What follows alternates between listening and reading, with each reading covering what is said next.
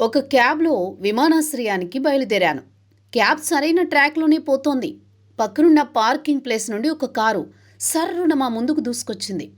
మా cab driver వేగంగా బ్రేకులు వేసి ఆ కారుకు తగలకుండా తప్పించుకున్నాడు. ఆ కారు డ్రైవర్ పెద్దగా తిడుతూ కేకలు వేస్తున్నాడు. మా క్యాబ్ డ్రైవర్ చిన్నగా నవ్వుతూ చేయి ఊపుతూ ముందుకు సాగిపోయాడు. నాకు ఆశ్చర్యం వేసింది. నువ్వు అతన్ని ఎందుకు వదిలేశావు? క్షణంలో కారు తుక్కుతుక్కై మన ప్రాణాలు పోయేవి కదా. ఆ డ్రైవర్ చెత్తబండి సూత్రం అనే పాఠం నేర్పించాడు. అదేంటంటే, చాలామంది చెత్తబండ్ల లాంటి వాళ్ళెప్పుడూ నిరాశ, నిస్పృహ, నిస్సహాయత, కోపం, ఉక్రోషం వంటి చెత్త భావోద్వేగాలను మోస్తుంటారు. అలాంటి చెత్త నిండిపోతున్న కొద్దీ దాన్ని ఎవరో ఒకరి మీద పొయ్యాలి. మనం దాన్ని సీరియస్గా తీసుకోవడం అవసరమా? ఒక చిరునవ్వు నవ్వి చెయ్యి ఊపి వెళ్ళిపోతే మంచిది కదా.